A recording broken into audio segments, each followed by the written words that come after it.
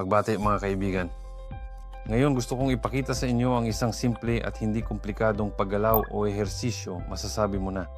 Kung nakakaramdam ka ng pananakit sa iyong malalaking kasukasuan, halimbawa kung nakakaramdam ka ng discomfort sa bahagi ng balikat, halimbawa kung naghihirap ang mga kasukasuan ng iyong tuhod o nakakaranas ka ng discomfort sa bahagi ng balakang, syempre hindi nito gagaling ang kondisyon, ngunit mapapagaan nito ang kondisyon. Ano ang ginagawa mo?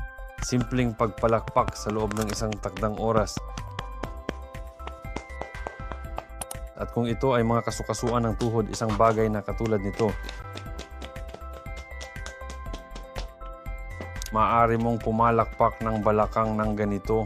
Ano ang epekto? Bakit ito nakakatulong? Kapag pumapalakpak ka, pinapatas mo ang sirkulasyon ng dugo sa bahagi ng balat, sa ilalim ng balat, sa bahagi ng kalamnan. Ang mga galaw na ito ng pagpalakpak ay hindi lamang nagpapahusay sa sirkulasyon ng dugo. Ibig sabihin, dahil sa katotohanan ito ay pinahuhusay